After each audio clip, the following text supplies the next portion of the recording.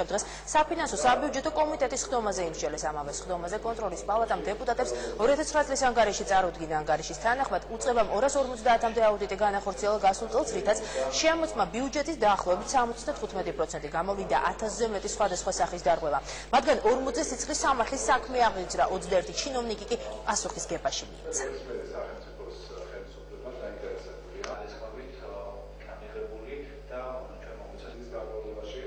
ყველაზე მნიშვნელოვანი საკითხი, რომელიც ანგარიში წარმოდგენილია, გახლავთ ის, რომ კონტროლის პალატა გამოდის ინიციატივით საპარლამენტო კომიტეტებმა სავალდებულოდ, თითოეულ კონკრეტულ შემთხვევაში სავალდებულოდ განიხილონ აუდიტის აქტები, რაც სხვა პასუხისმგებლობის სხვა დონეზე აიყვანს კონტროლის პალატის მიერ აღმოჩენილ დარღვევებს, მათზე რეაგირებას, შესაბამის თანამდებობის პირების პასუხისმგებლობისაკაც და ბუნებრივია ეს ინფორმაცია უფრო საჯარო იქნება საზოგადოებისათვის. ჩვენ თვითონ კონტროლის პალატის რეფორმირების პროცესი არის ძალზედ კარგად ასე თქვა დაწყებული. ჩვენ 2012 წელს ეფექტურობის აუდიტზე გადავდივართ, რაც მანამდე საჭიროებს აი მეთოდოლოგიის შემუშავებას, სწორედ ამ საკითხებზე ქონდა ყურადღება გამახვილებული.